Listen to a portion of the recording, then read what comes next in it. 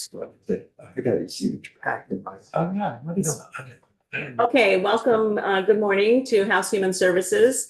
This morning, we are continuing our discussion on pre-K. So a little update for folks. We have a little bit more time, which we're going to need. We have a reprieve till next week, which is good. And other committees are continuing to work on what will be inserted into this bill. So the lack of having physical presence of the bill is not deterring them from their continuing work. So my new schedule is hopefully to get it out by the end of Wednesday next week. And so we will hopefully proceed along that line. In the meantime, I've received a request from the Vermont Principals Association, the Vermont Superintendents Association, and the Vermont School Boards Association, commonly known as the V's, to testify, but they can't come until Wednesday. There's lots of education stuff happening in the building right now, and so we are scheduling them for next Wednesday. And JFO, given the busyness with all the money bills this week, they cannot come until next week either. So, and it is looking less and less likely that we will be making sort of major changes that would impact anything in terms of education funding for FY27. Because I think as we move through this, I think it's going to become clear that we should be looking at things from the perspective of implementation at the same time other aspects are being implemented. And there's not going to be any, major shift in like foundation formula or anything like that for FY27. So I think that will make the JFO information more for a future looking, I guess I would say, about what would the impact be if we increased hours to 20 hours a week, for instance, as opposed to us actually taking action to do that, unless people feel really strongly about that as we go through the bill. So I wanted to give you that update on timing and on future witnesses. Will we hear from each of the three pillars of the V's or sort of one representative? That's a good question. We're extending the invitation. The request came as the three of them together, but that doesn't mean that they will testify together, or they seem to be running in triplets, so, but they I think are trying to coalesce and present a unified position when it comes to education reform. So, wait and see till Wednesday after Lori's in contact with them, and they will let us know how much time they need. I'm thinking out loud here, so sorry if this is not fully formed thoughts, but that will get us the public setting, a lot of input from the public school setting for pre-K. I don't know if there's, and we're getting from many of the witnesses questions, the perspective on the privates, but is there, I don't know where we might get a voice. They don't have an association. Yeah. Their voice has been who we heard from yesterday in First Children's Finance, as well as what you heard from the system perspective from Building Bright Futures, and from what we are hearing from the Deputy Commissioner. Yeah. I don't, because this is it would be difficult to pick out one or two providers and have them speak on behalf of the system. So we have to think about the systems thinkers for that. You know what I mean? Yeah. Just come up with more questions. Represent steady. How about pediatricians? Does anybody talk to them about how this affects a 3 and 4-year-old? I have not spoken to any pediatricians, but I know that would be important. Yeah, I think that, we'll think about that as we Yeah. go through. Thank you, Deputy Commissioner, for being here again this morning, and for coming back. Now that we have a draft Yes. that you can look at, that wasn't present previously. And do you have the latest one, the one that posted this morning? I don't have a lot of Okay. for this morning. Because we did make changes. Okay. If you have, you have. Have it sooner, sure. You might want to pull it, you don't need to pull it up on the screen, but you might want to pull it up because we'll Okay. probably be asking some clarifying questions as we reference that draft, it's draft 3.1. Yeah. So one of the questions that came up, and we're trying to figure out what to do with this, is what is happening in the Senate with regard to the Northeast Kingdom. Yes. And we understood that the language was primarily language that came from DCF, working with AOE, but Mhm. that you were kind of the main spokesperson on that. Yes. So, we wanted to ask you, I guess, for some background on it and, how we might figure out how to incorporate that into this bill, because I don't think it'll end up standing alone as a bill. Yep. Okay. Great. That's the first question. Okay, perfect. So good morning, everybody. Jenna McLaughlin, Deputy Commissioner in the Department of Children and Families, overseeing the Child Development Division.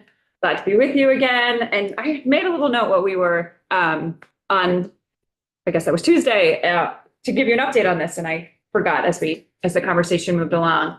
The specific issue at hand, right, is in Essex County.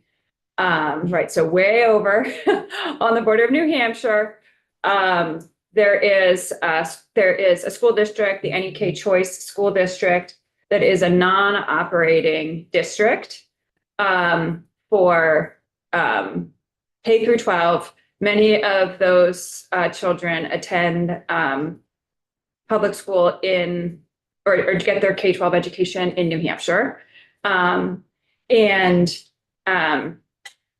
There has not been a way for those children to access pre-kindergarten in New Hampshire. And even though they were going to go on to attend kindergarten at those same schools. So that's been a longstanding issue. They've been flagging it. Finally, this year it's in front of us, and I think we can address it with statute.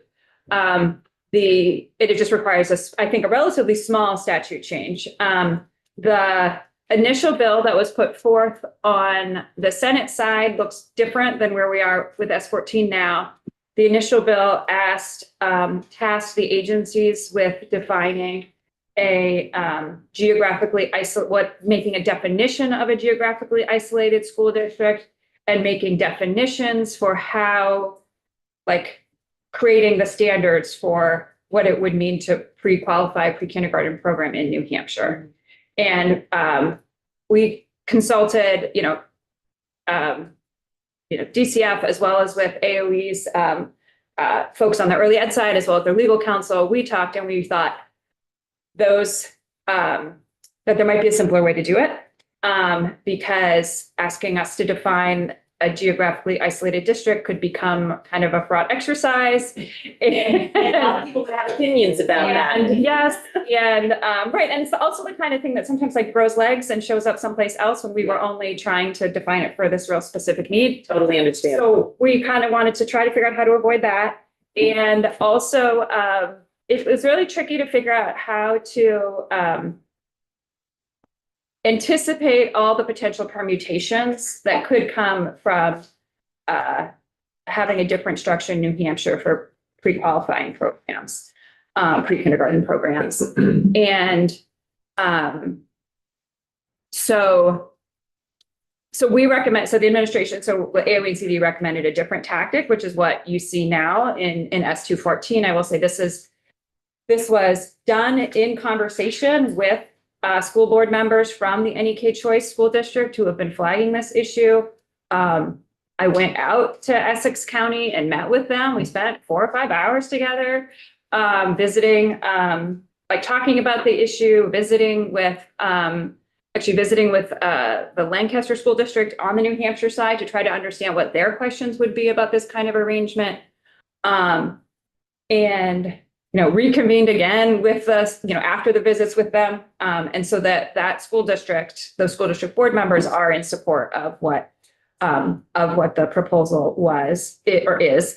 And, the key factors there, and also just listening quickly to the testimony from yesterday, this is, it is more targeted language to a specific school district.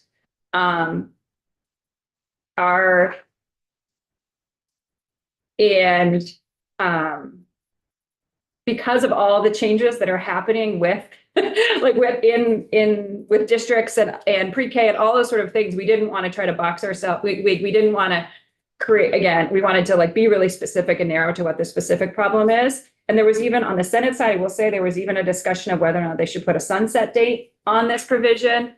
So that anticipated my question. Yeah. So I don't think that they ended up doing that, but that was one of the questions of is this just a temporary measure to get us through the next, I don't know, whatever it is, 3 to 4 years as the transformation of the system changes. And then, so that was one option.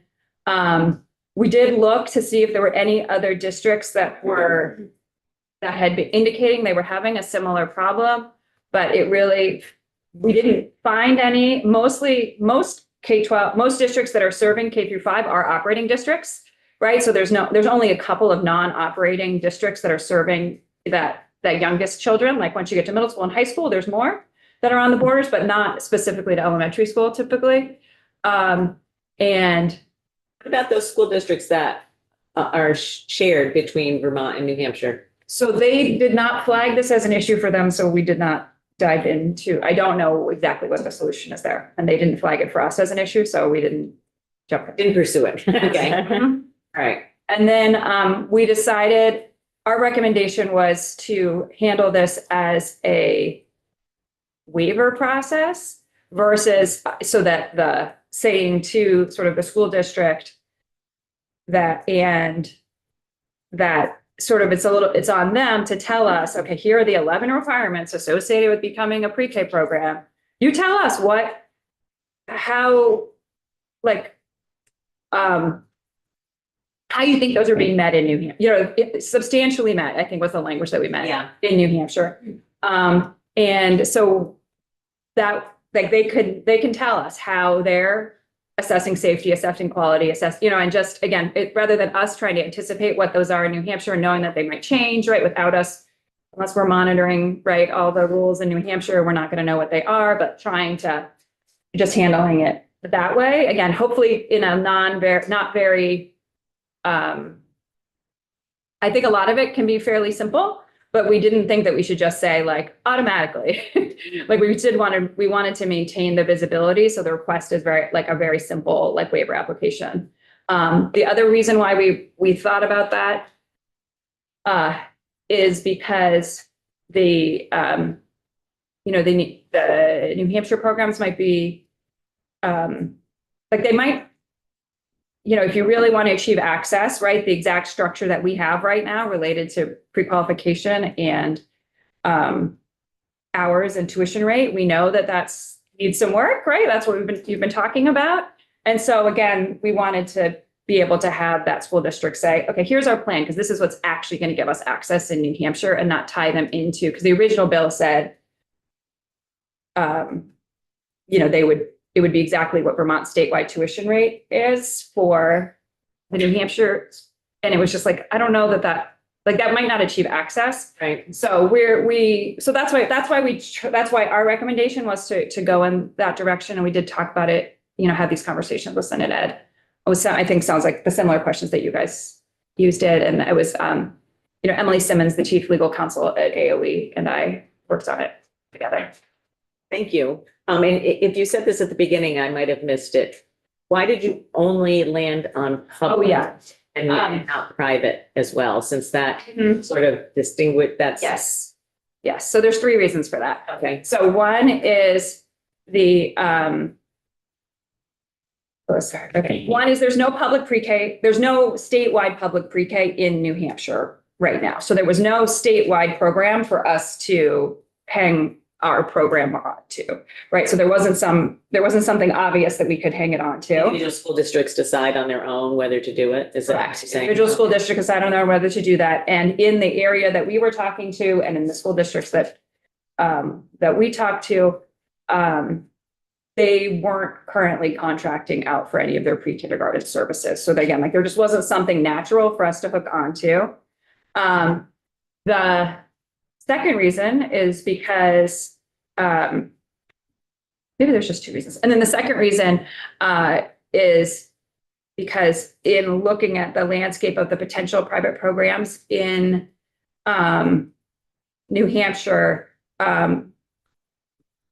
most of them were independent schools that we have now said no longer will be able to accept children for K, once they're at kindergarten. So it felt very like we would really be opening up a can of worms to go back to those schools and say, but you can take them for pre-kindergarten, but you can't have them for kindergarten. So setting up something that is likely not to be able to continue. Right. So that was so we felt like we didn't want to go down that realm. And so then the third thing, so then it was, okay, so if what we're talking about is only maybe a couple of private programs that we don't even know if they have licensed teachers on staff right now, like it just felt like that we'd have to set up a different way to monitor them. It felt like a lot it could be a lot for potentially nothing. So that's why that was our recommendation at this point. I think, again, we could, and in talking with the school district representatives, they initially were like, well, what about all of these other places? And they did sort of say, okay, they saw the complication there and thought this was the right next step. And this is, and one of the questions that came from the Senate on the Senate side was, well, can you guarantee these kids have access to pre-K? And I said, I can tell you that they would be in a much more similar boat to the kids in Vermont, right? Right now, we don't guarantee access for anybody to pre-K, right? That's what we've talked about that. So I think it creates the space it creates the conditions for that district to do the work that would be needed to set up those partnerships in New Hampshire on pre-K. And it says notwithstanding anything to the law to the contrary, and it says paying tuition. So I'm presuming that they're talking about the same payment rate would go to New Hampshire as goes to private pre-K. I think that what we're imagining is that they might be able to apply for a waiver on that provision if what they say is no school in New, that every pre-K program, the school-based pre-K programs in New Hampshire are 15 hours and the district has said that they're not willing to accept less than X. Right now we know, this is one of those things. Right now we know school districts are able to build their budgets, right, with more money for pre-K. For now. I understand. But again, if we're in a for now world, that's why. This is a for now. Yeah. This is a for now bill right now. Yes, I get that. So that was, and they're also, right, that school, the NEK they're going to be receiving weights and other things. So they're going to have potentially have more money. Yeah, so we don't know is really. So it was trying to create the conditions for them to work it out. So that waiver can be it says any rule provision, and I didn't know if that includes tuition. If tuition is actually the dollar amount, doesn't seem logical that it would be set in rule. Maybe the procedure, but the dollar amount, I don't know what the rule says, but because tuition amounts change, so you wouldn't change the rule every time you change a tuition amount. Right. No, it says, yeah. So I think we did also explore whether or not a better option was to just sort of say, in those cases, should they just be able to treat pre-K children more similar to how they would treat K through 12 children that they're tuitioning, right? Like as another option there. And the recommendation from AOE was well, just that was was going to be even more complicated way to address it. So. Okay. All right, well, that's very helpful. Thank you for that background and sort of the thought process that went into why this was landed on. Yesterday I said, I'm not sure if we should put it in here today. I'm thinking that we probably should put it in here because one of the things that I think that we should add is a provision that says that essentially this all goes away with whatever new this would need to be reconsidered Mhm. under a new governance structure. So I think that we should probably be suggesting that. And okay, it's very helpful. Thank you. So we've heard a bit of and you said you listened to testimony from yesterday. We've heard some testimony. I think that sort of in a head nod around the table, people have agreed to keep the 3-year-olds where they're at. We're trying to get information about what it would cost to increase 4-year-olds' access to more hours. We don't have that yet. We have a draft here that says 20, but it could be 15, it could be 10, it could be staying it at the same. So we don't have any sort of decision points on that at this point in time.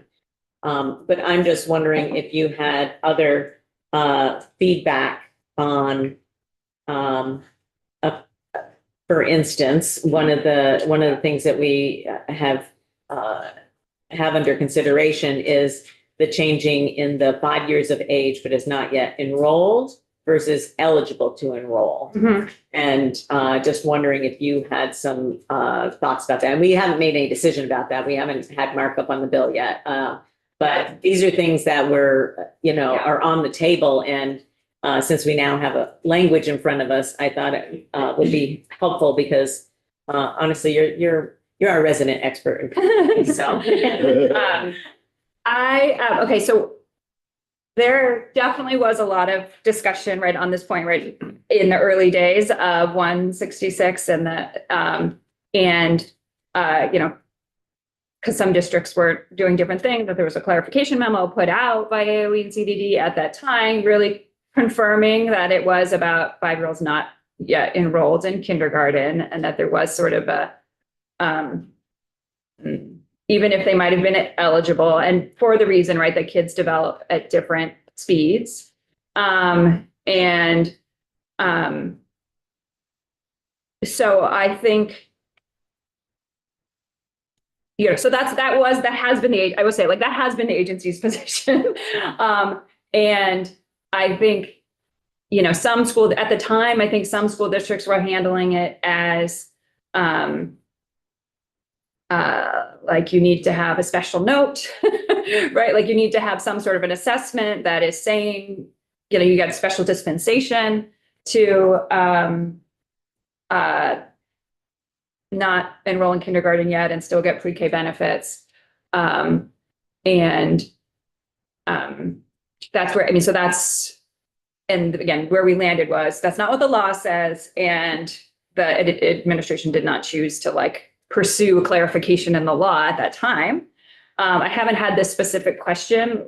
I haven't had this specific conversation with the agency at this point. I would also say this is something that has come up actually related to childcare financial assistance as well. And so I just would flag this sort of if a different decision here might also impact some of that, because we talk about, I will say in childcare financial assistance perspective, we were we do not want to get into the business of getting special permission slips from, right, related to behavioral concerns and whether or not this kid deserves kindergarten, should be in, deserves an extra year of pre-K or not. We, on our side, made that determination. So what does that mean? Does that mean that you allow 5-year-olds who are eligible to? Yeah, if they're not enrolled in kindergarten. So you use they're the not still enrolled. Yeah. Okay. So that's what we use on CCFAP, so. That's helpful. Yeah, go ahead. I was just curious where what prompted the potential for that change? I don't recall at this point in time. I Okay. think it was another effort to try to reduce pre-K expenses, Okay. to be that's- honest. Okay. So I would just say I would concur with the deputy commissioner. Yeah. That it just makes sense to leave it as is, just because of developmental realities of life, and we don't want to be that nitpicky on families and the decisions that they make that they know are best for their families. well, and kindergarten is not requirement. Yeah, So, Which, yeah, I think you might hear a little, that's been part of the conversation. I do like relative pretty at the pre-K committee and with the agency in general, as we start talking about what are the hours of pre-K, like what is the enrollment are just like, well, we actually don't have those things established for kindergarten yet. So it's all got to move together. right. It's like, yeah, we Just need to be aligned. Accidentally. Yeah, we don't have any intent of requiring pre-K, and we're not going to get into K because that's not our jurisdiction, so. But that's currently still half day or full day, depending on district kindergarten. I think the district can set the hours, but again, I'm not, yes, ed policy is not mine. Yeah, we're not even going to talk about school day, Right. or what constitutes a full day or a full week, because that we're going to veer away from that language. Let's just put it that way. Okay. What other questions do we have for the deputy commissioner in terms of things that we went through yesterday? One of the things that, as you know, you were just saying, there isn't anybody nobody has responsibility for ensuring that there's access. And we did see some good information from First Children's Finance yesterday about there's actually more availability than I previously thought, particularly in areas where people maybe are not accessing what's available. So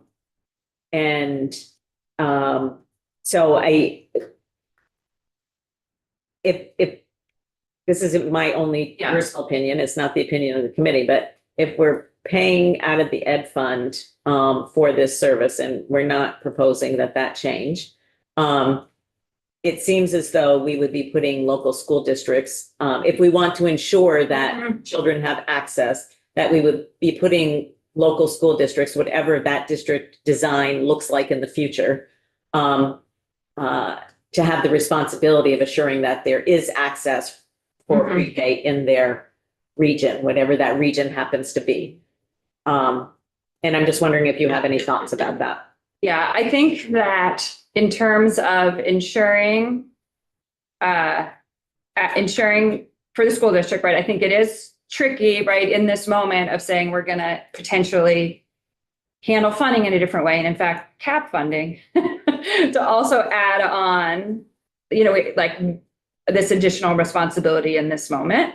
That said, I will say the other piece I would say is that we have seen in communities that seem to be doing a better job with pre-K access is a robust level of regional coordination. So sometimes that looks like school districts getting together and hiring somebody as the regional pre-K coordinator who does understand what is happening in the schools, what is happening in community-based programs, who are the kids, and they're looking at that on that wider basis. I think I mentioned that on Tuesday. And so there's some examples of that I think that has been that seems to be associated with kids getting community level planning, kids having the access that they need, some streamlined administration.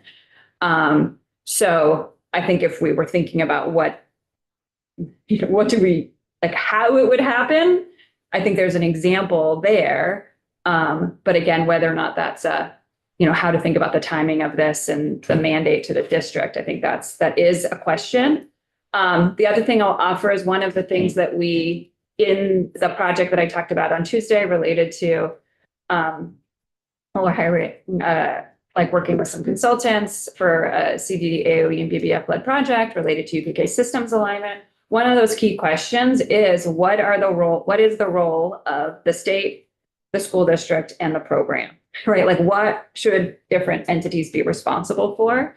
And do we have the right mix? I think we know that there's some challenges, so there needs to be some tweaks to that. But I think that is definitely one of the questions that we would like interrogate during that process of if the goal is to ensure access for all children, which again is one of the things that we said, right? We want this to work consistently for families.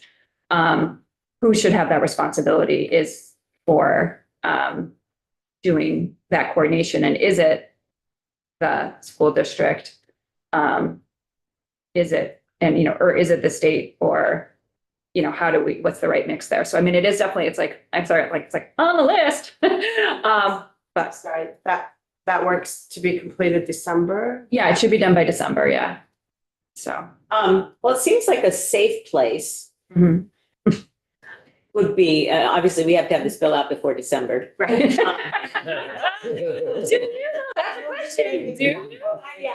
don't get that kind of extension. Or just, sorry. And that our top goal is to ensure access for the students who are eligible for it. And so I think that maybe so right now in our draft language, we have on page 3, the school district shall be responsible for ensuring, and this language will change as this bill makes its way through, depending upon, last I heard yesterday, you know, they're talking about some version of coordinated regions. I don't know. But sort of like what you're talking about. Of course, my screen just went. Sorry, it's got it. It says the school district, so whatever version of that there is, would be responsible for ensuring resident pre-K children have access to publicly funded pre-K, either by operating or assisting a family to identify a pre-qualified private provider. And that we do allow that to be located in another school district, you know, depending upon, you know, work schedules and they're very young children and, you know, that kind of stuff. So what would you think about if we said the state via AOE and DCF with school districts? Yeah, I mean, I Try to thread a I needle have the here. same answer. I mean, it's the same answer for how the school district have. I'm just like, ooh, you know, I mean, I think the thing to remember just from the state's perspective for pre-kindergarten education is that, I mean, on the CDD team, we have no staff that are dedicated to pre-kindergarten education, right? It's all about using the systems that we have now and leveraging those. And then at the AOE side, I mean, I think they have 4 people dedicated, you know, 3 people on their pre-K team, on their early ed team. So just flagging that, like part of the challenge here, right, has been some of the state get that. capacity. So I think adding a new responsibility to the state potentially is also something that that would be, again, from our perspective, would be part of the work that we would be doing in the alignment piece, is sort of saying, okay, well, if these are the responsibilities, what are the, you know, what does that mean from a resource perspective? But I will say, I think that the sort of like with Essex County, it's like I learned a bunch, you know, I said, okay, here's what I think you might need to like have the conditions to be successful. But it really is that local intelligence and that local planning and that local relationship building. Like even when I was in Essex County, my first meeting of the day was with Head Start, and they in the Northeast Kingdom, and they have a couple Head Start programs in Essex County. One in Gilpin and one in Island Pond. So not all the way over on the New Hampshire. Well, anyway, Gilpin is on the New Hampshire border, but they, and I realized that the Head Start folks, they didn't know the NEK Choice School District folks. Like, and I was just like, oh, well, my next meeting's with them in an hour. Do you want to come? And so now they're connected. But again, it's like that work needs to happen at the local, that work does need to happen at the local level. And so I think at the state, so I would say that I do think that the coordination needs to happen in the community, you know, and identifying, like the solutions will be in those communities. Yeah. So I think that we sort of get to that on that same page in number 4 that says, if the supply is insufficient to meet the demand, that the district shall begin begin or expand a program to satisfy the demand, and may work with AOE and AHS. And the local BBF council. Yeah. And I would just say, like, I'm cautious because I just haven't had the chance to connect with the agency, with AOE specifically. I get that. Is there going to be here shortly? Yes. I think, you know, I'm understanding your dilemma, and hopefully you're understanding ours, that, you know, it's a primary goal and we can't just leave things the way they are. Because the inequities are too great, although not as big as previously thought. I think there's and it's also, one of the things that I think, and I'm not sure how we might address that here or not, but I'm hoping that BBF can help with this, particularly through their local councils, is, in some parts of the state, people may not even know about the availability of pre-K as at no cost to them. And I wonder about that in places where we only have 11% of the children accessing, but we have 60 some odd percent availability of slots in that area. And so, and I don't, Yeah, when I have thoughts on that. yeah, That's a specific example. So I do think that, the school districts, again, they do have responsibility to do child find, right, for 3 and 4-year-olds, right, specifically related to special education services. So many of them are using that as their part of their tool to connect with those families. But yes, I think you're right. Some do more and less on their outreach to 3 and 4-year-old families, but it is their responsibility to learn who those families are and figure out if those kids have some additional needs. I think that in Essex County, where that 11% estimate came up, right, it is, that's an interesting one. So definitely part of the issue is the NEK Choice School District, where again, they're estimating that they might have 7 kids a year, right? So just right, this is Essex County, right? So and then, they do have a public pre-K in Canaan. And they've got a couple Head Start programs that they're working to create more community-based slots there and develop those partnerships. I would say though, also something just to keep in mind is in Essex County, my understanding, and again, somebody in the world can correct me if I'm wrong, but I think there's a higher percentage of families that homeschool in Essex County, and they're going to homeschool throughout. So that number's, just like that local context will tell you that number is going to be low. The uptake's going to be lower no matter what. I agree. Yeah.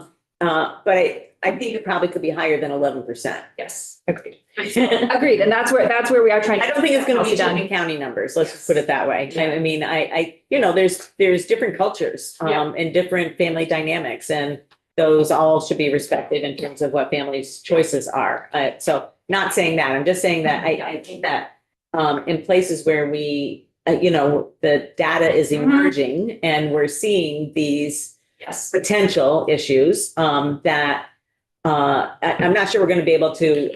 I'm not sure what we would put in the bill, maybe about, public education of availability. I don't, but as you said, there's child finding responsibilities for school districts already at that age. So they know who's there. I don't know how much, I personally don't know how much school districts inform people about the availability of what services there are for their children at that age. That's certainly, that's definitely something that, it's definitely the agency of education would be able to speak to more. And then I think because, for the children that are connected to us through Children's Integrated Services, those children who've already been identified before their 3rd birthday, then there is a warm handoff, right? But it's for the children that haven't been identified before then. The other thing I would offer that I think is relevant to this and relevant to part of the discussion you had yesterday is in the years before 166 passed and the first couple of years after 166 passed, there was a philanthropically funded entity called the Vermont Community Preschool Collaborative. And that was something funded by the permanent fund. It was all sort of connected. And they specifically were about creating the school community partnerships was funding the school community partnerships to do pre-K planning. And it also provided grant money that for the school districts related to the conversation you guys were having yesterday about when you just average the amount of money over 2 years, then you're short for a year at least. And that was what their design was pre-Act 166, and Vermont Community Preschool Collaborative, again with philanthropic dollars, stepped in to try to fill that gap. That was one of the challenges that I think they were trying to fix with 166 that allowed the funding to be built into the school budget without that same, without sort of a similar limitation. And I do think actually the language that was in 166 related to some of the community planning was hoping for this, but again, there wasn't the resources put against the hope for community planning in the bill, and obviously it hasn't happened at the level that it was intended, that the language indicates. First off, I say you get kudos for picking up on all the various points that you remembering that, you know. And Representative Bishop might have something to say about this one. I'm not sure. I'm curious, I have a couple of questions, at least two. With respect to this 2-year averaging Yes. issue, and since that old framework isn't currently available, do you have thoughts on how we address them? I think that would be a better question for the agency, because I think they know a lot more about what the plans, like all the permutations on the funding structure. So I don't have a great strategy. I just wanted to point out that this is not a new issue. And there are other people that could speak to it, again, but with their perspective from, 8 to 10 years ago, but why the change was made. And I think that one of the things that was helpful yesterday from the testimony we received from First Children's Finance is that I think the increments are going to be more moderate than at least I was thinking originally. Because I don't have it right up, but trying to think if the lowest was like 60% I can't remember, but when I was thinking about, the Northeast Kingdom, we all keep thinking about the Northeast Kingdom. Right. When I was thinking, I guess there's one down as low as 55% in Franklin. Actually. No, I know. This is what I'm saying, that this provided data about the kids with access versus the kids utilizing it, which was the data we got from Building Bright Futures. With the exception of Franklin County, where it's pretty low, in terms of there's a lot more people in Franklin, Grand Isle County than there is in Essex. We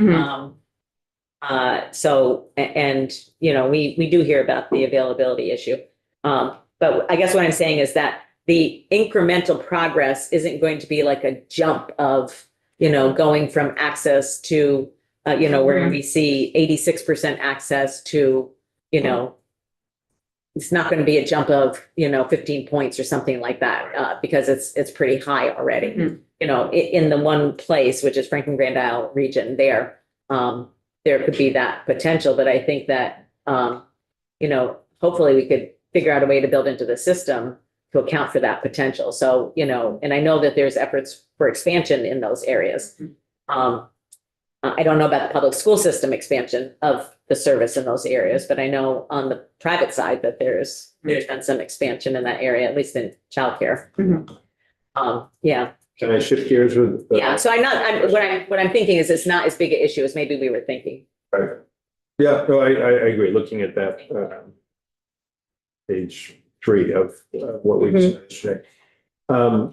Shifting gears a little bit, we've had conversations about trying to find a way to bring in greater sync the payment receipts in the public setting versus the private setting for a UPK student.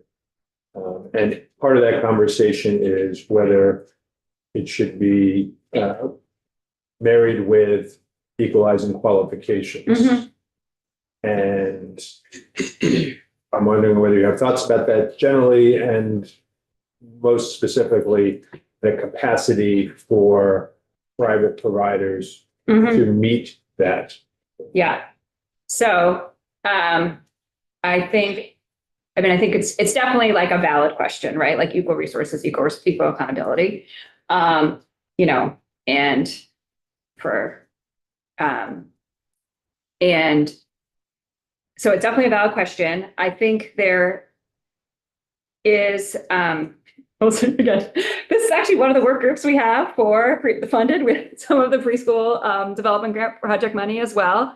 Having a partnership group between the AOE, their sort of approvals or licensing team, and our team that works in workforce development to try to understand how to sync and leverage our efforts to support people that want to get to teacher licensure better.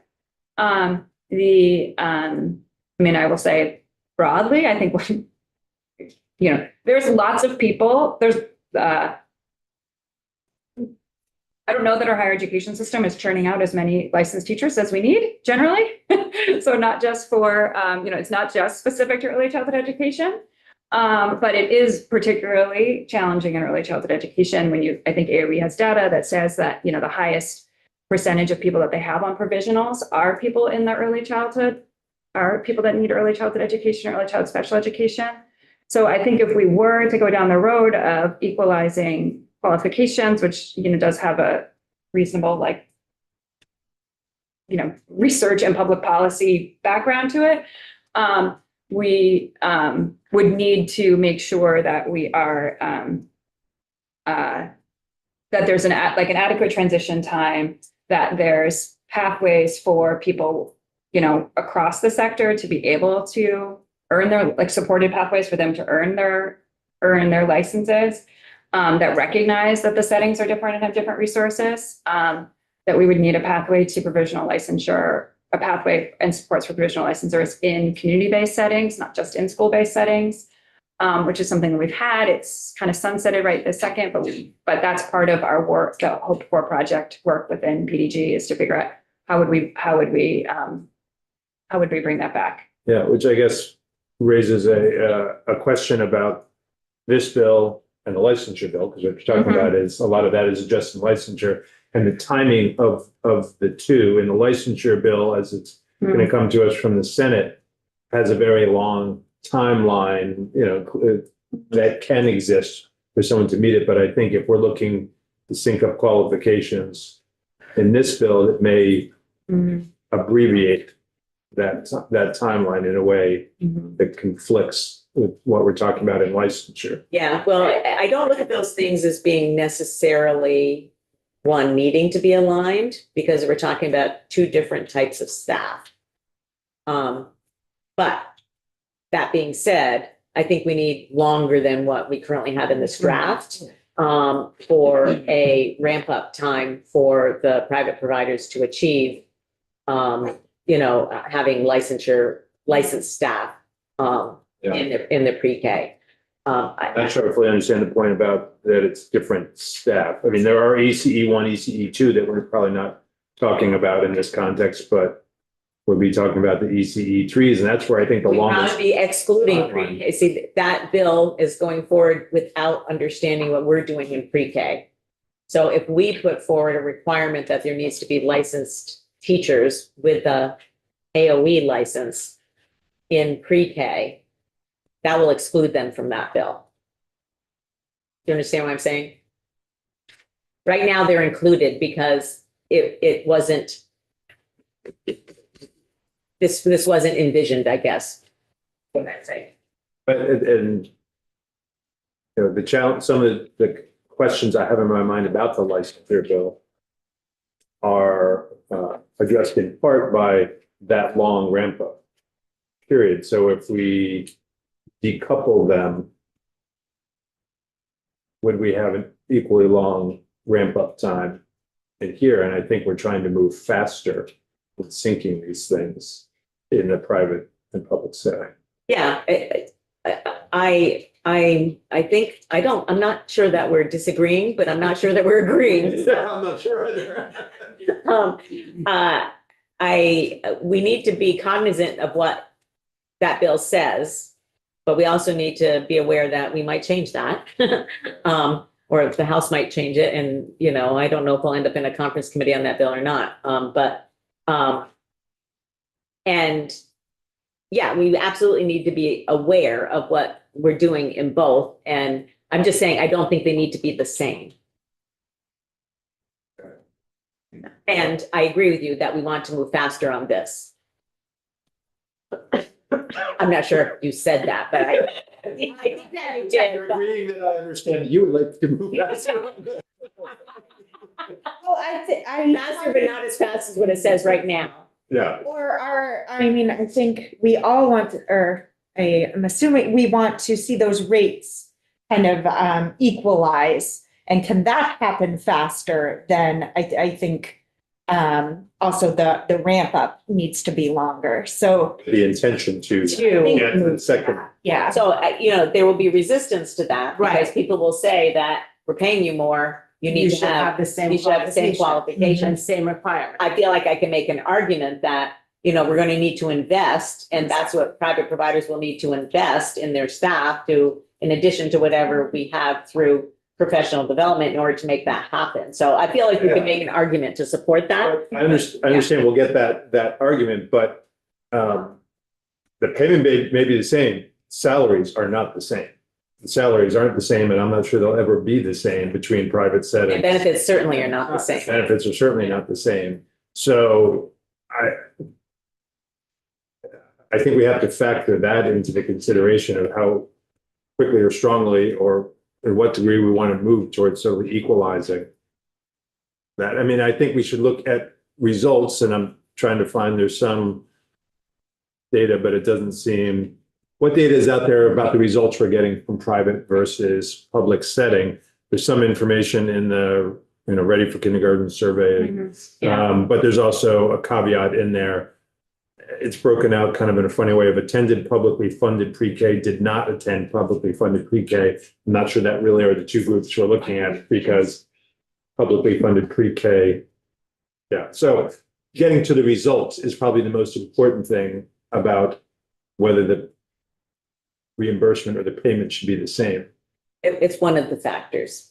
I'm not going to say it's the most important thing. I think we also need to think about political realities in the building. As I said yesterday, one of the political realities is the argument that there isn't any, I'm just going to put it this way, there's no way we're going to be able to provide more resources in the private pre-K if we do not increase the staff qualifications. Period, the end.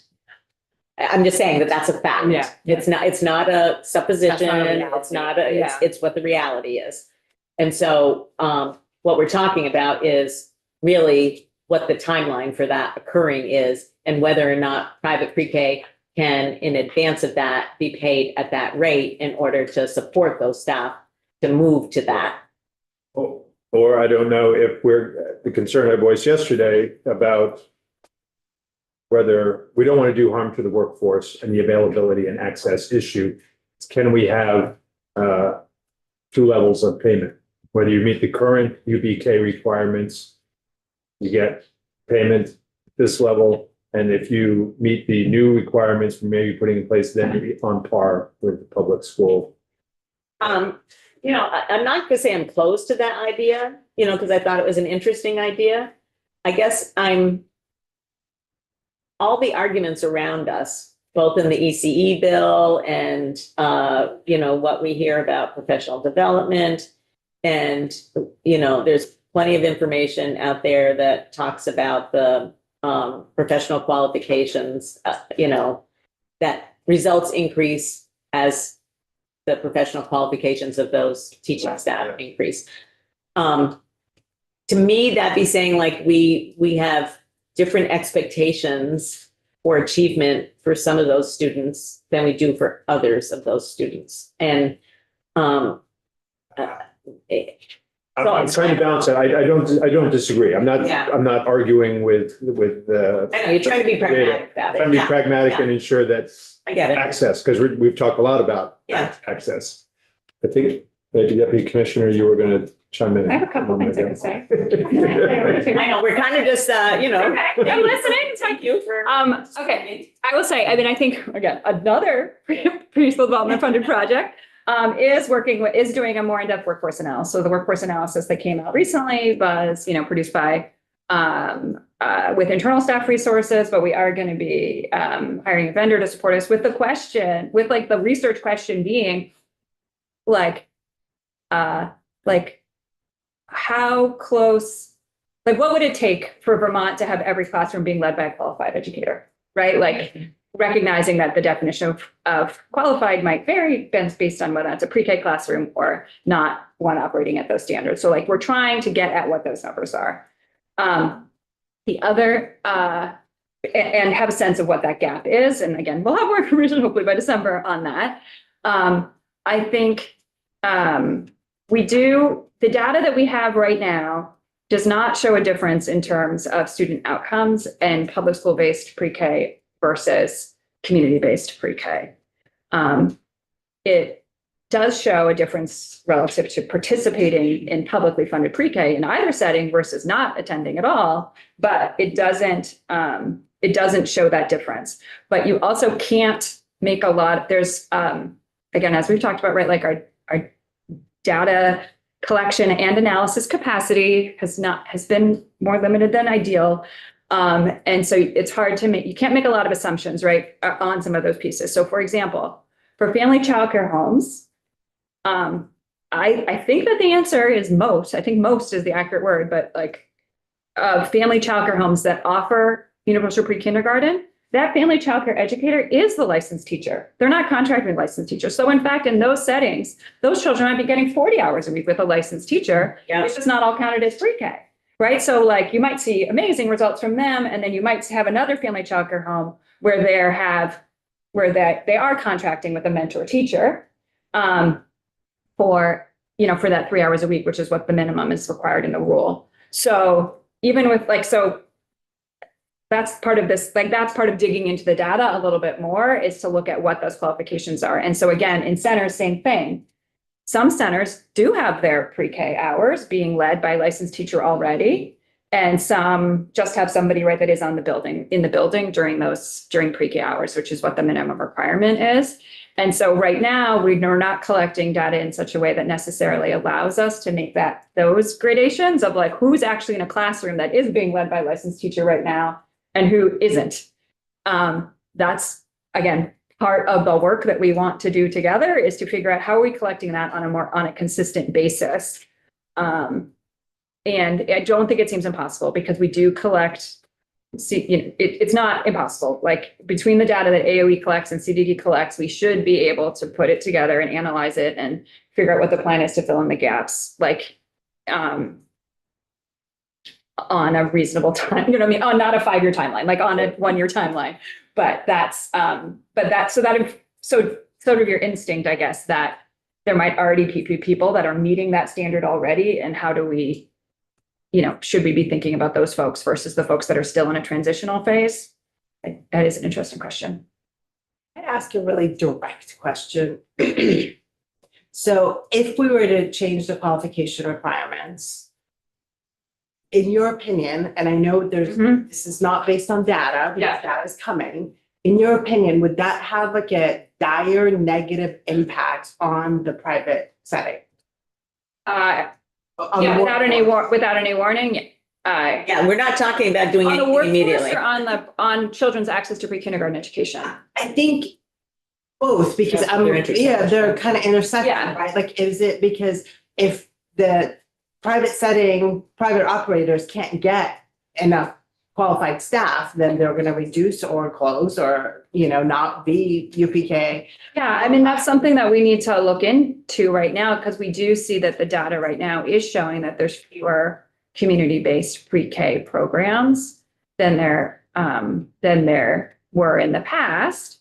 And I think that's a question. Again, it's not falling off a cliff by any stretch, but it is kind of steadily declining over the last couple of years. And so I think it's like interrogating that a little bit more to try to understand, is that because those programs, I mean, I'm aware of some where the issue was that they weren't unable to keep the licensed teacher or find a licensed teacher. So that has definitely happened. Again, is that happening in, 5 centers versus, I don't know what's the line at which you would say is an emergency? Which is part of the reason that I think we have about, making whatever comes in the categorical grant to be the same, so that, so they can pay more, and some teachers make decisions to work in a Private setting. private setting because they like that setting, and vice versa. But, obviously people make personal decisions. So I think we're kind of going around and Yeah, around yeah, about yeah. this a little bit. I don't want to take up more of Janet's time on this particular issue. I'm gonna look to committee members to see if there are other things in the bill that people want to ask for any clarification from Janet on in terms of her thoughts, opinions, or experience or advice. Good. Should we do? What did you ask? What should We we do. Tie it to the bigger picture. Yeah. Well, and you know, we heard that message. Yeah. I heard that message. So we're trying to set a baseline, you Yeah. know, and we're trying not to be, Upset. not to upset the apple cart too much, but really are trying to increase access and increase payments to providers. And staff qualification thing gets all linked in with that for me, but maybe not for others. But I think we need to think about political realities as well. And I don't know what version of this will ultimately end up in some place, but other questions around any other items? And do we have our next witness on yet? No, okay. So I'm curious if Janet had any other thoughts that we had not talked about yet on the draft that you looked at. And we could tell you whether they've changed or not. Yeah, oh yeah, you're right. Okay, I did have, sorry. Yes, the version I have my notes on right is here and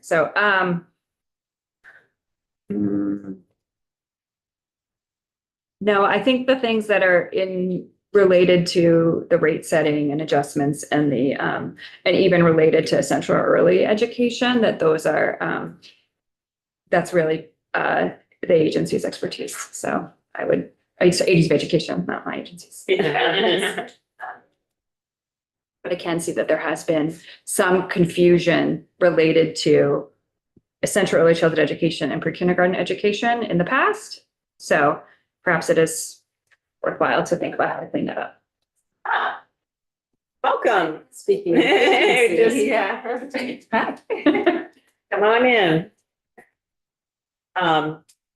Okay, great. Great. Okay. Thank you guys. Thank you so much Janet. for coming back and, yeah, really, Just thanks for funding and essential learning. Essential education.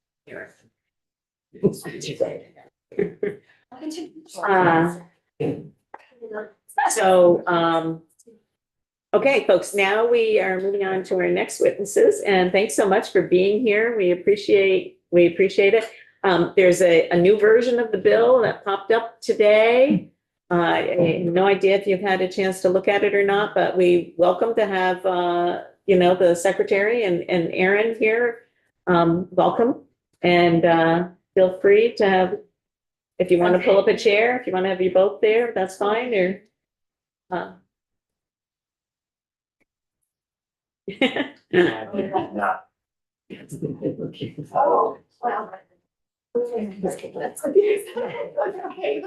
Just tight quarters around here, yeah.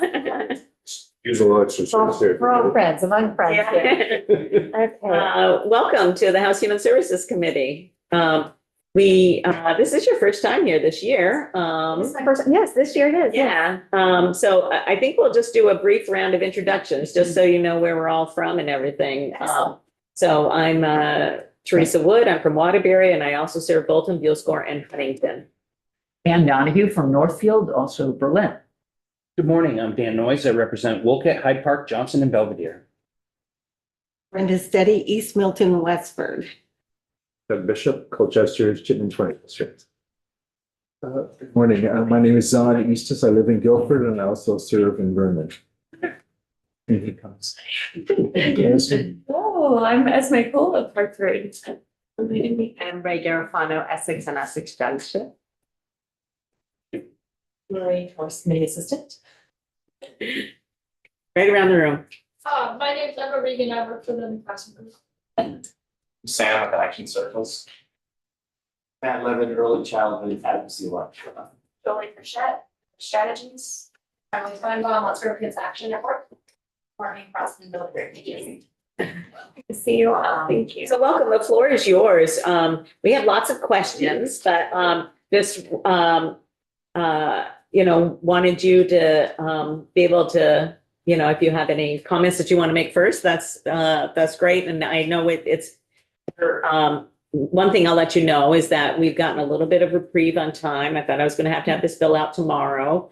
But we can have till middle of next week.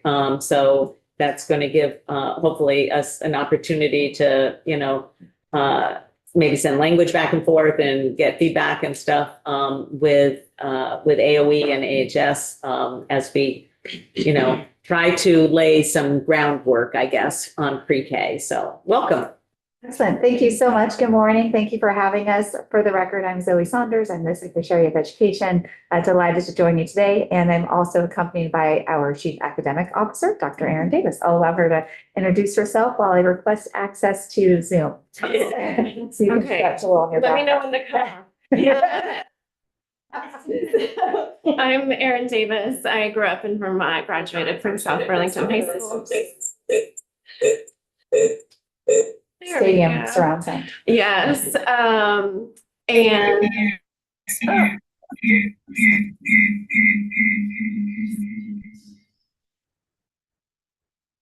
ready.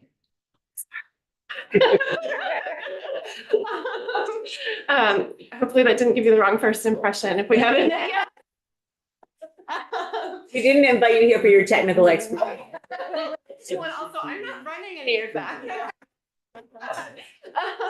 Yeah, so I moved back to the state about 4 years ago. I have a 5-year-old, so anything that we get to do with pre-K is near and dear to my heart. And yeah, very glad to be back in the state. And I joined the AOE I'm coming up on 8 months now. So I know enough to be dangerous. That's great.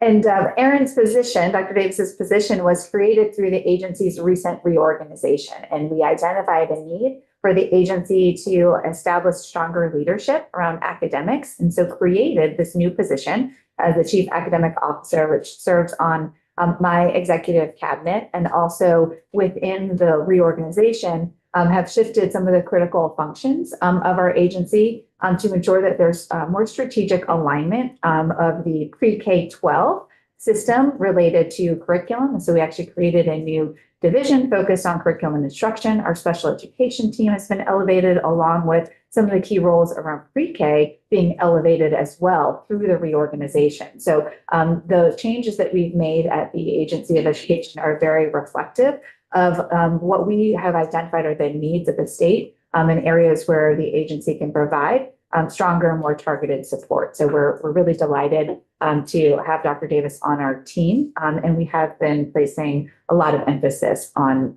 early childhood education. So I will share my screen to provide a little bit of context. Some of this I will breeze through quickly because I know that my colleagues in Building Bright Futures and also CDD have provided a lot of context. Just for your understanding, we work really closely. We have a lot of shared meetings and collaboration. And so while it is our first time from the Agency of Education being in your committee, we do coordinate very closely on all testimony so that there's alignment around our work. So what I prepared today is to share with you briefly a vision for expanding access to pre-kindergarten, building around the success that Vermont has had. I'll highlight the current state, although I believe that everyone in this committee is very familiar with the current state, and then move into what we have identified are the major policy objectives for education transformation. We have put together some feedback on the bill, although I appreciate learning that you have made some adjustments. So, I expect that there'll be fuller conversation as we engage with you more today. And then we're highlighting some of the recommended next steps. Some of this might be repetitive from what you've already heard from my colleagues and sister agencies around how we are advancing this work. So the vision that we take for pre-K is really situating this within a cradle to career continuum. So we see universal pre-K as a critical entry point into Vermont's education system. We know the importance of supporting early childhood education for the benefits that it provides to students and their readiness for kindergarten, but also in supporting family stability as well. And we see pre-K as part of the broader education transformation efforts. So the current state, as you have learned and are really well versed in, we have a strong foundation. Although we are operating within a very complex system, that's true of pre-K alone, but it's also true of how pre-K is situated within a very complex K-12 system. So in terms of service delivery, just as reminders, we do deliver pre-K through a mixed delivery system. So that includes public schools and our community providers, currently serving 3, 4, and 5-year-olds, those 5-year-olds who are not yet in kindergarten. As you know, the minimum of 10 hours per week, 35 weeks a year. We share your interest in expanding that for 4-year-olds. So looking forward to that conversation today. And we do have high participation rates. So Vermont is really outstanding in terms of access for both 3-year-olds and 4-year-olds when we compare ourselves to other states. In terms of system design, pre-K is jointly administered by AOE and CBD. We are actively working together, as I know you have learned, to streamline compliance and strengthen our shared oversight. Part of the complexity of pre-K is that there are often different compliance requirements for the childhood licensure and then also pre-K. And so we are really being intentional about evaluating that so that we can have a more streamlined oversight that benefits the field as well and making sure there's some strong coherence. Right now, pre-K is funded by the resident school districts. Children enrolled in public school or those approved community-based pre-K programs are included in the school district's ADM, but at that not at full ADM. So we'll talk a little bit about that as we think about funding considerations. The school districts are responsible for paying the community-based providers. There is a discrepancy based on the tuition rate, as you know, that goes to the community-based programs and then what's funded at the public school setting. So an area that we believe is a needed focus. So while we want to recognize that we outperform the country in pre-K access and outcomes, I do think it's important to just pause on that because I know in my work, I'm always focused on continuous improvement and like, what can we do better? And I really appreciate and respect that this committee is also operating in that space, but it is important to pause and to recognize that we really have done an excellent job of expanding access to pre-K and that we really outperform other states across the country. So definitely something to celebrate and be proud of. However, we do recognize some improvement areas, and largely those improvement areas are to overcome some of the complexity of our current system. So we recognize that right now we have a very fragmented governance system. In some cases, there are limited hours for families. Families really need additional time in order for them to partake in the pre-K offerings. The funding is not fully aligned yet with our broader system in terms of ensuring that there's consistency and transparency around how we fund pre-K education. And then we see variation in access. And I know that my colleagues have shared with you the map that we've all reviewed. It is important for us to understand where there are pre-K deserts and to work towards improving access in those areas. I know that's a focus for this committee, and we share that. So as we think about policy development, just want to provide a little bit of context around how we're coming to this conversation. So Governor Scott's original transformation proposal did put forward a cradle to career approach and really ensuring that we have a seamless educational delivery from pre-K all the way through high school. We want to make sure pre-K is not separate because we do see it as the first stage of the education system. And we want to ensure that those pre-K expectations are aligned with the expectations in kindergarten through the 12th grade, and that there is alignment in terms of the support and outcomes so that we really are establishing a very high quality education system. And we're seeing that those transition years, students are successful. So one of the areas that I'll note to you, we regularly are engaged in a monitoring visit from the U.S. Department of Education. So we had our visit back in 2024. And one of the things we're noted for us as a finding is we need to do a better job of supporting those critical transition points. And so that is true of pre-K to kindergarten, along with when you think about 5th to 6th grade, and then 8th grade to 9th grade. So we're being really intentional around thinking through those transition points and understanding that we have that continuity. And so I bring that to bear in this conversation because from an academic and education lens, that's really important to us. So we are in the proposal that was put forward. back in January of 2025, seems such a long time ago. Yeah, no, it feels- We really were clear that the proposal was designed to expand access and to create that coherent system. So a little bit more detail, the governor's original proposal did emphasize expanding access to pre-kindergarten through the proposed evidence-based foundation formula. So within that approach, it was really built into the new funding system, and also recognizing that we need to achieve scale and quality through larger districts. H454, as it was originally introduced in the House, specified new weights for pre-kindergarten, particularly for the 4-year-olds to be able to benefit from a full ADM. And there was a modeling at the time as well that included pre-kindergarten at that adjusted weight within the proposed funding for the overall. So we really saw this as pre-K as part of the overall funding system. H454 has passed by the House, shifted the funding formula, so moved from what was originally proposed, which is an evidence-based model, to a cost factor analysis model. And in that transition, requested a study for pre-kindergarten because there wasn't as much clarity at the time within the new methodology how pre-K would be factored in terms of the base amount and the weight.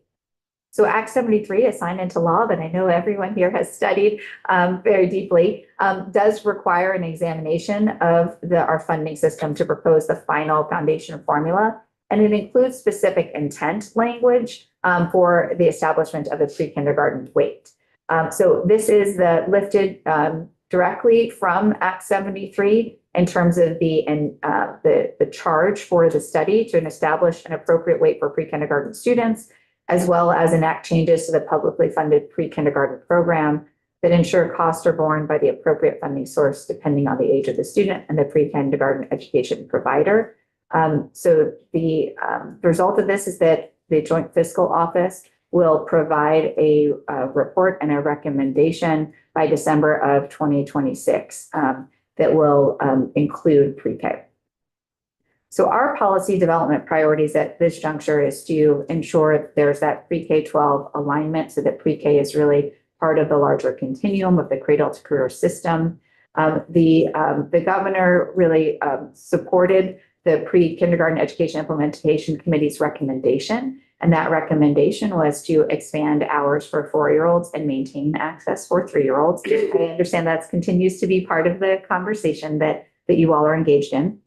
We also We planted on maintaining access for 3-year-olds. Okay, it's always great when we're already aligned. So great. So we're all there. Now it's the mechanics of how we make it work great and fund it. So great. Good to know that we're there as a starting point.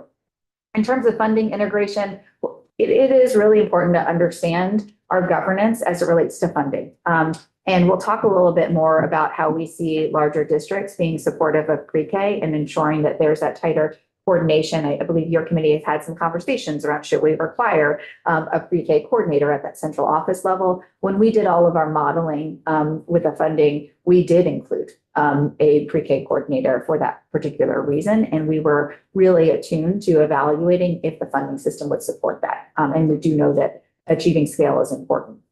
So again, operating at scale is really important to us so that we ensure that consistency across districts and providers. There's a tremendous amount of complexity, as I know you've probably heard of from our community-based providers and our schools around just how attendance is reported, for example, can be really challenging.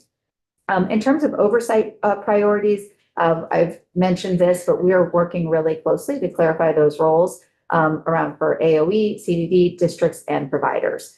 Because of the complexity of our system, sometimes there is role confusion. And we are really being intentional as we're moving through this transformation of identifying those roles and responsibilities. And then for the funding system, we have to make sure that funding is situated where the responsibilities lie. So ultimately, that's an important input. And then ultimately, we want to make sure that this is predictable, equitable, and sustainable. So feedback, now I want to acknowledge that I have not had a chance to see your revisions. I do appreciate and value that you've landed on maintaining 3-year-olds. That was something that was important to us. So look forward to seeing that. Our original recommendation was not to move forward with the proposal as it was written. So very interested in having that conversation today. Our main concern is that it's disconnected from the broader education transformation work. There are still outstanding decisions that the legislature will need to make around the governance design and the overall funding. And we also recognize that Act 73 lays out a process for updating the foundation formula to reflect statewide priorities, and that explicitly includes creating a dedicated weight for pre-K.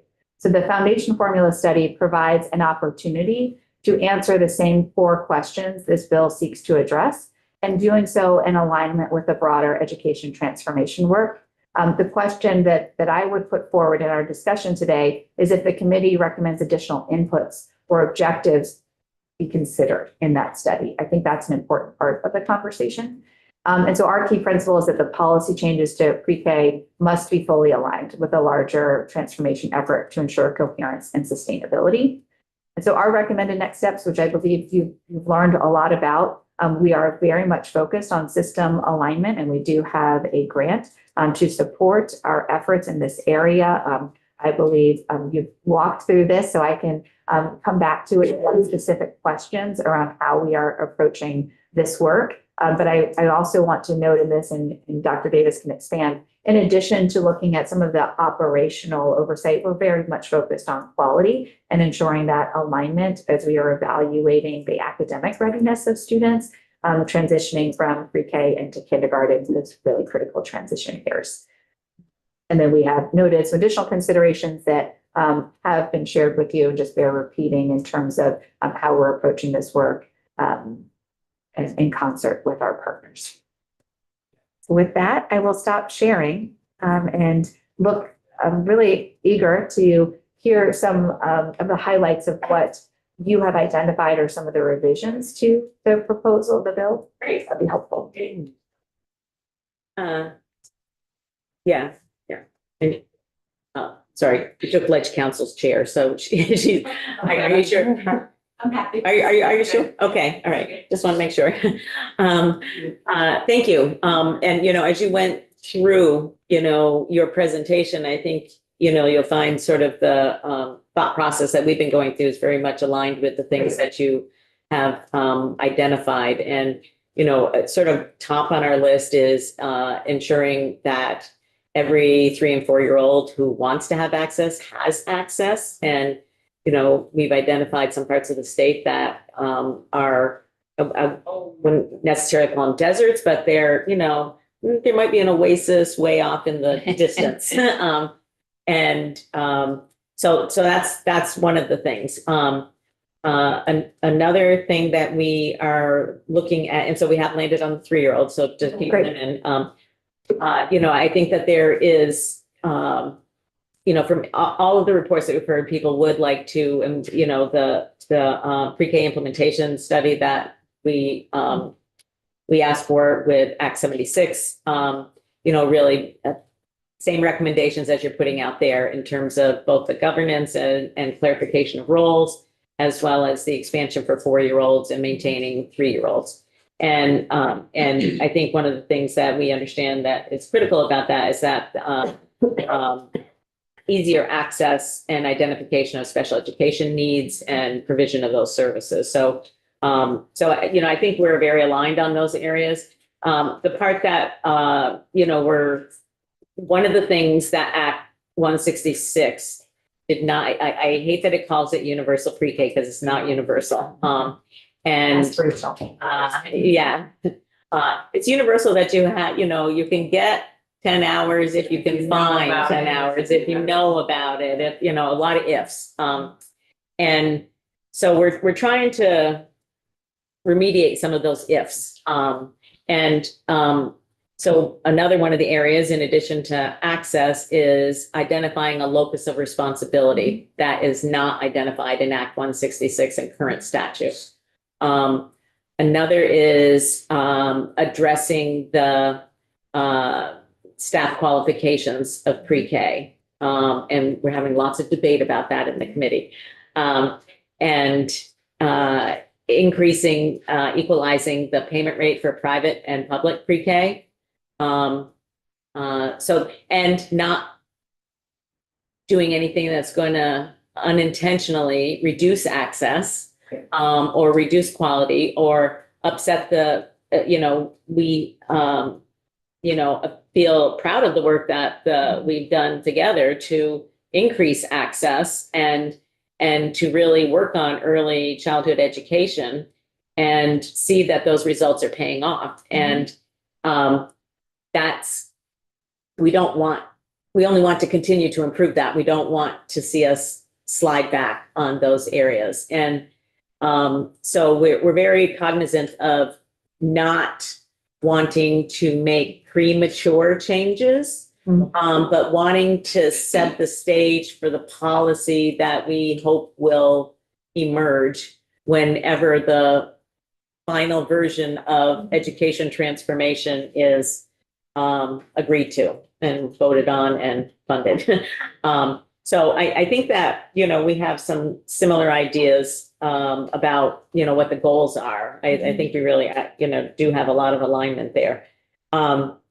I'm interested in, this is something that I'm going to ask for some feedback, and others will too, around some of the specifics that we're thinking about.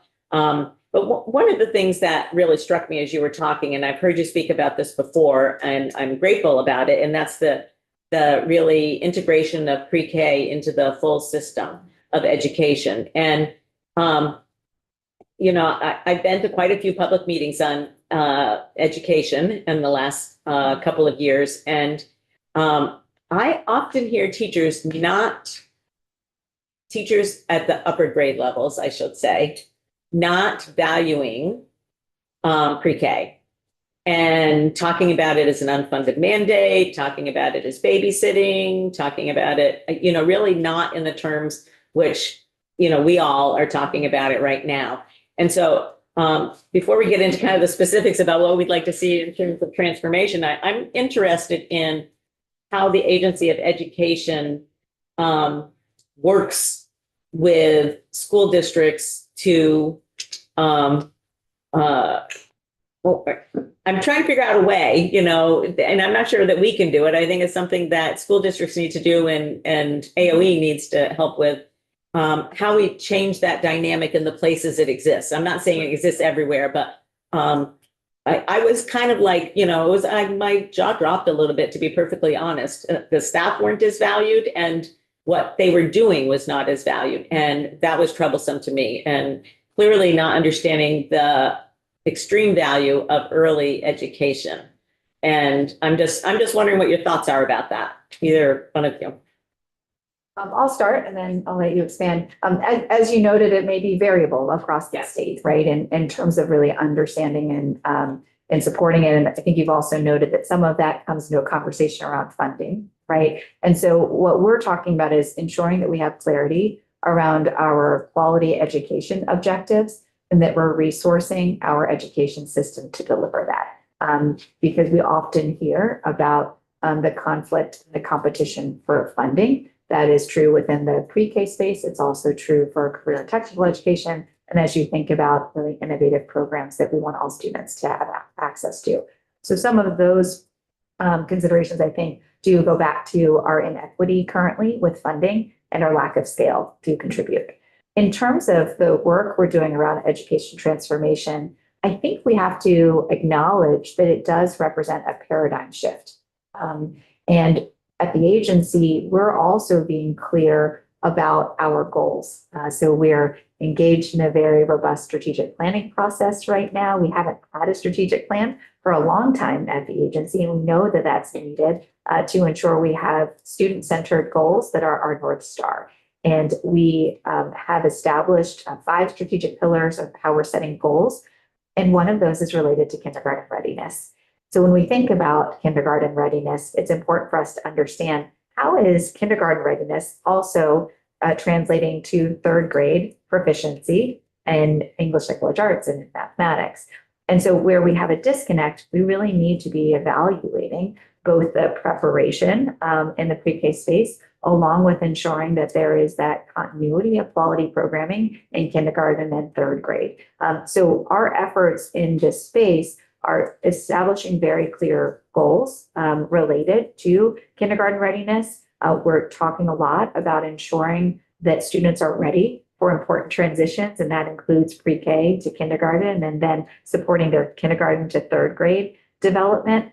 So that is absolutely a driver of the work that we are doing at the agency. It starts with setting really clear expectations and goals, and then aligning the system. And when I say system, I mean, aligning the work of the Agency of Education to the work that's happening at the districts, to the work that's happening at the schools, all the way down to the community providers. And so that's the work that we are engaged in right now. And I think it's really exciting work. And I have found that there is a real understanding of the importance of pre-K, but funding often is a conversation where that's a thing that gets cut, right? And we're seeing that across our system, that because of the way that we're funding, many of the programs that we value and want our students to have access to, including pre-K, are often the areas where we have cuts. And that's why we find education transformation so important, because that's our opportunity as a state to be really clear around what we value. And then the way that we fund our system should, at appropriate level of resources so that students can really access that. Well, and we've heard examples of where like pre-K coordinators are being cut, or pre-K is being eliminated, or pre-K is being cut. And it troubles me, and it sort of, I guess, lends credence to my comment earlier, because you wouldn't say, oh, we're not going to provide second grade anymore. We're cutting out second grade because we can't afford it. But pre-K is seen as Just extra. an extra Yeah, thing. It's not seen as an integrated component of the system. And part of that comes into play because school districts aren't assigned responsibility for it. Nobody is, other than the state paying for it. And that's one of the things that we really feel strongly about changing, and are interested in your feedback about that. But I didn't.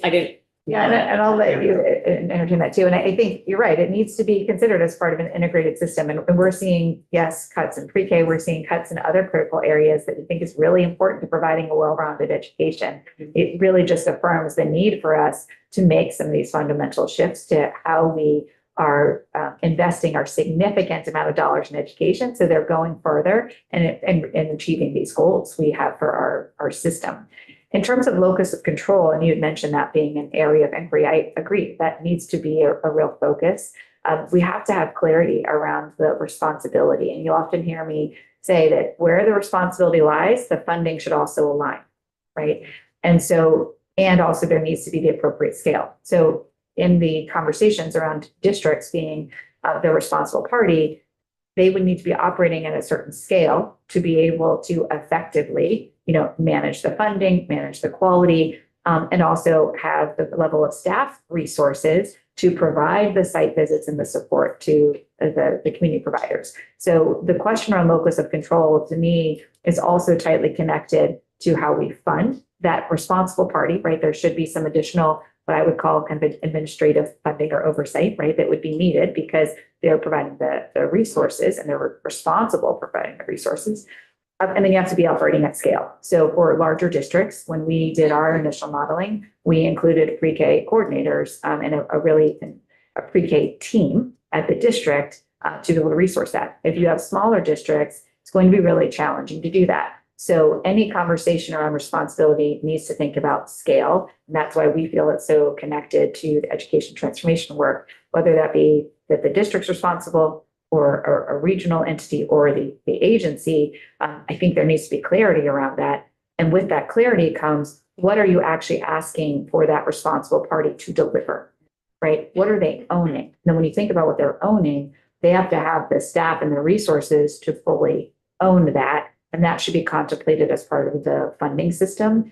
And the way that we have approached the funding is that there's parity in funding, right? So if we know what it costs to operate a high quality pre-K program, that's how much it needs to be funded, regardless of setting, with the understanding that there may be some additional administrative support depending on who that responsible party is, and that should be factored into the funding model.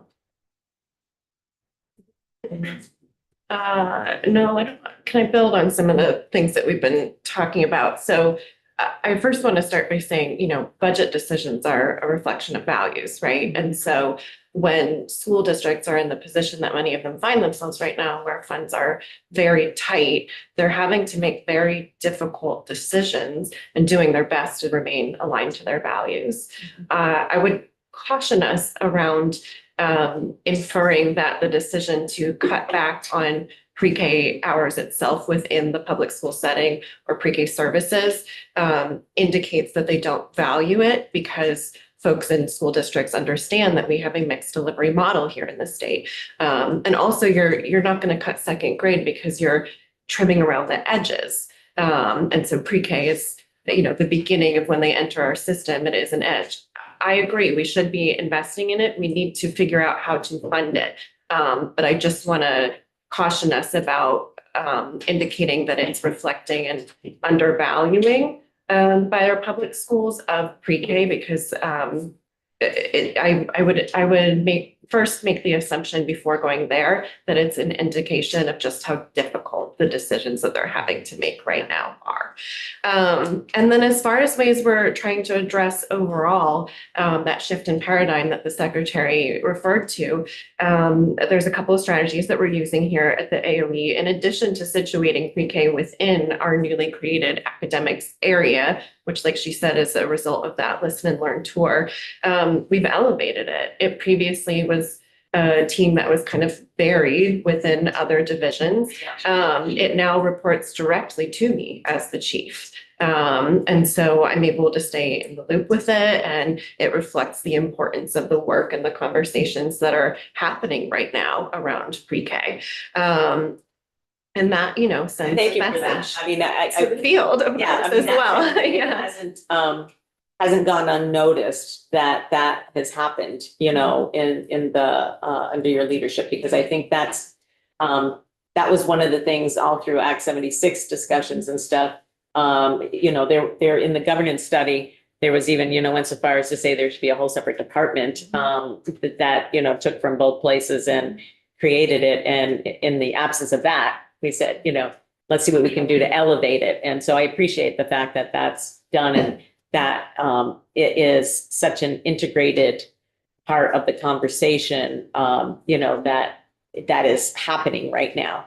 And, I'll say, I think we sometimes struggle within this body to get the acceptance of pre-K, particularly in a mixed delivery system, the importance that it merits. So it's not only out in the community, where maybe there's some, mixed feelings about it. I think that there is in this building as well. And so, it's, I wasn't meaning to imply any intent, but just that, there's, I understand people are faced with realities,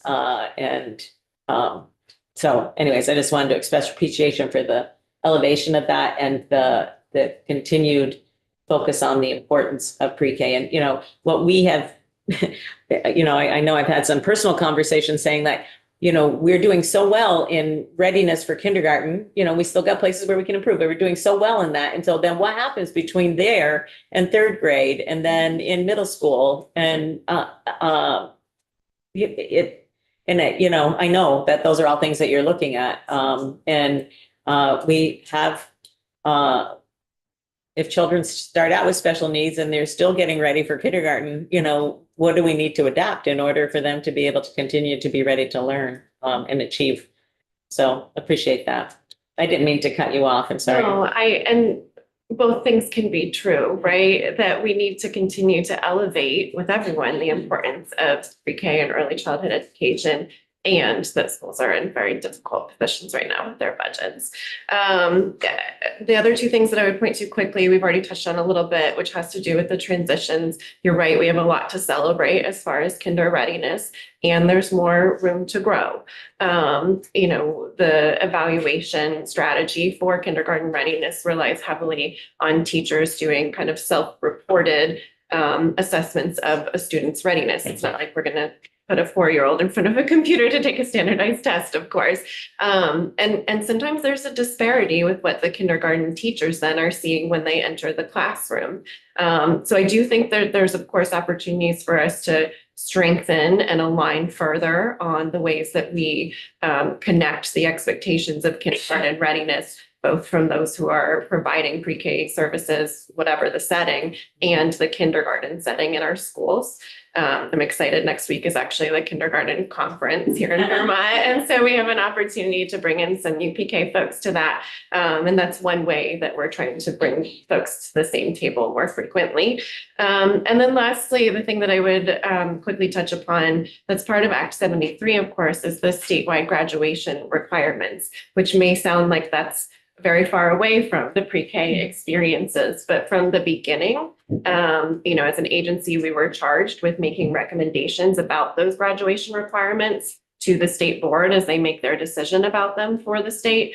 But we have positioned this as a decision with implications on the full pre-K through 12 system, because whatever we decide is the final finish line for all of our students as they exit our pre-K through 12 system, we then need to pull that thread all the way down to their earliest experiences educationally and make sure that there's strong alignment, vertical alignment the whole way through so that they can be successful in satisfying those graduation requirements. And that's been helpful as we continue to have conversations with folks at all levels of the system and thinking about knowing that many of our students enter high school with significant learning gaps right now. And so what does that mean needs to be happening sooner, as early as pre-K. And I'll add another lever that we have, which we are exploring, is looking at the personalized learning plan and thinking about that extending to kindergarten, potentially even pre-K. So we're working with several SUs and SDs across the state to think intentionally about that and learn from systems that are doing that well.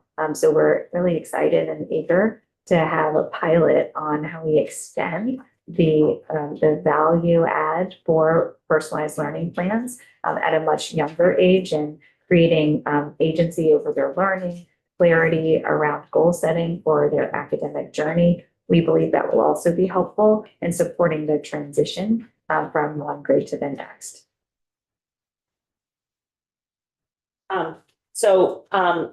If we could open up for questions now from committee members, I do a lot of the talking, so I'm going to be quiet for a minute. And I know there are other people who have questions. So if they don't pick up, I've got plenty of my own. Hopefully we'll have the answers.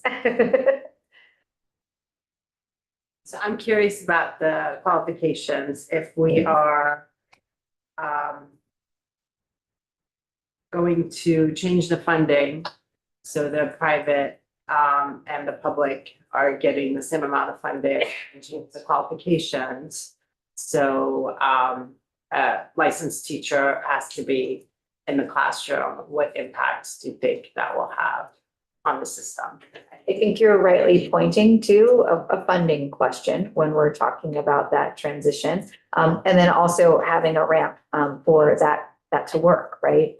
So we've all explored that, as a opportunity to think about how we can have the consistency across settings in terms of those expectations. But we also have to acknowledge the present operational challenges to get there. And it includes both funding and ensuring that there's the appropriate, pathway to licensure.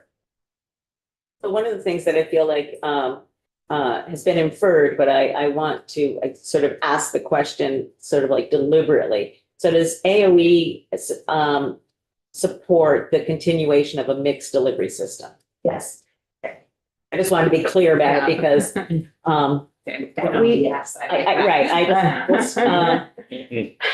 Yes. we hear all sorts of things in the building. And so, Yes, we support a mixed delivery system. We think it's important in terms of achieving our goals of universal access to pre-K.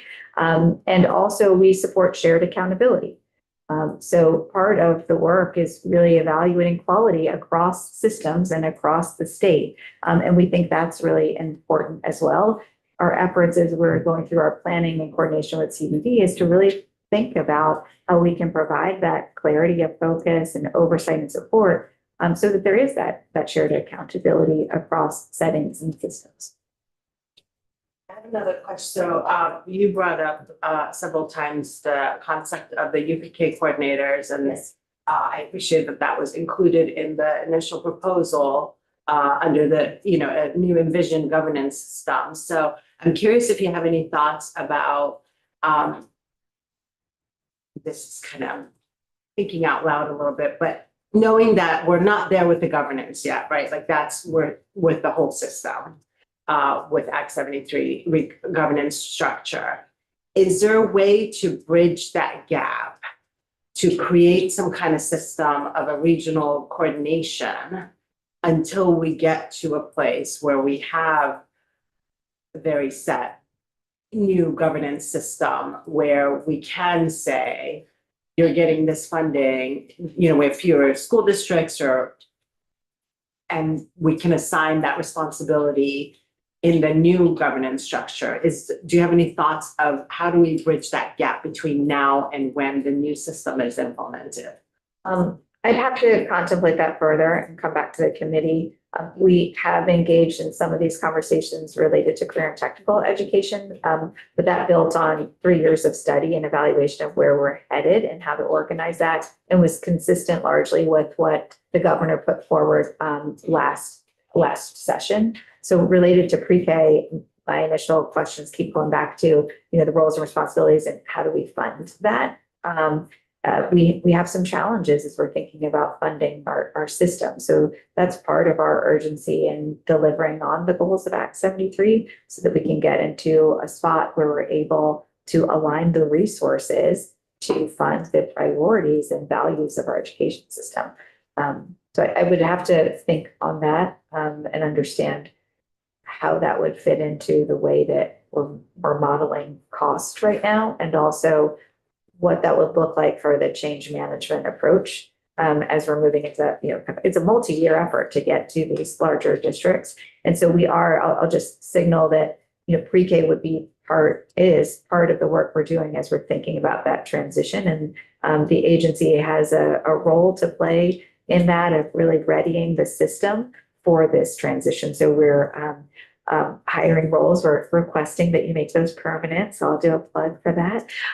But those are the roles that are really in the ground to think through the complexity of what does it look like when we're moving into new systems? How do we start to, or new districts, how do we start to align our systems, our processes, align curriculum if there's some variation, school by school, district by district. And so I would say, to answer your question more succinctly, I need to look into it, but I can assure that pre-K would be part of our change management approach, and that we need to think about any funding changes and those implications.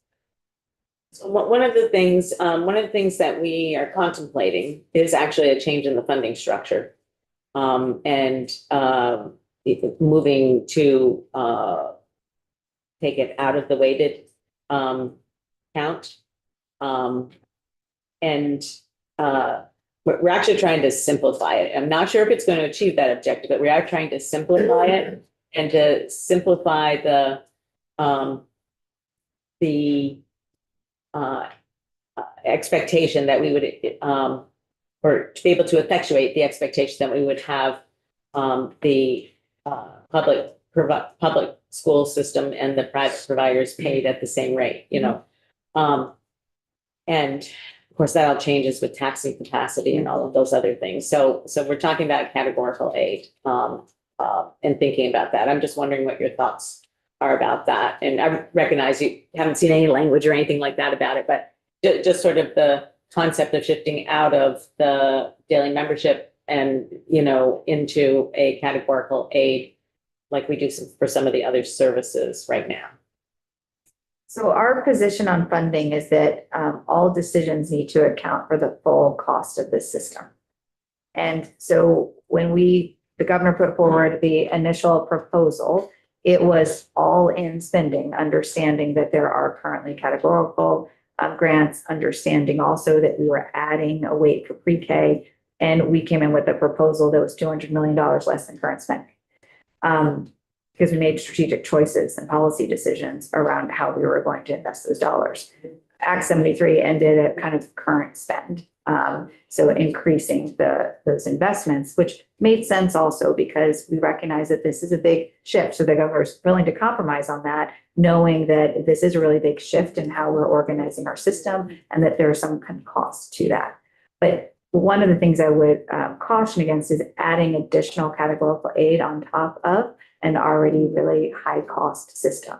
So all of the work that we've done with JFO is really modeling inclusive of all the funding, all in resources that are needed for our system. And that would continue to be our position, so that we're not in a scenario where we have a foundation formula that represents highest base amount in the country on top of the highest weights in the country, then on top of additional categorical grants on top of, right? And so that's the concern, is that there can be different mechanisms by which we pull those resources into pre-K, but we have to make sure that we are situating that with an understanding of the total cost of our system, Right. and still making the choices that need to be made to honor our values and our goals. Yeah, I think, you know, I think we have similar thoughts on that. And we're not, I don't believe we are. We haven't had that committee discussion, but I don't believe we're trying to increase the cost of education.